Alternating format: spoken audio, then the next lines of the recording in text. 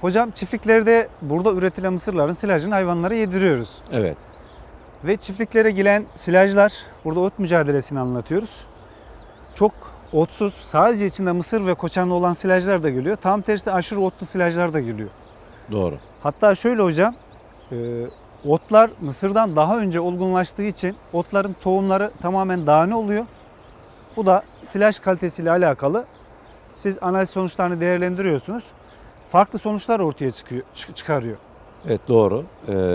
Bu bölgede henüz şikayet olarak algı almadım ama mesela özellikle Afyon bölgesinde silajlık mısıra sirken denilen bir ot var. Hani sizler bilirsiniz onu. Bu mesela çok karışıyor ve karıştığı zaman da onun siyah siyah şeyleri var. Tohumları var ve hayvanlarda bu toksik etki de gösteriyor ve kansızlıkla seyreden olaylara neden oluyor. Ve bunun sorumlusu sanki mısır silajıymış gibi düşünülüyor. Diyor ki silajdan mı oldu acaba diyor. Böyle bir şey yok. Dolayısıyla az önce Lütfü Bey gayet güzel anlattı. Ot mücadelesinin hayvan besleme açısından böyle yansıyan bir olumlu tarafı var.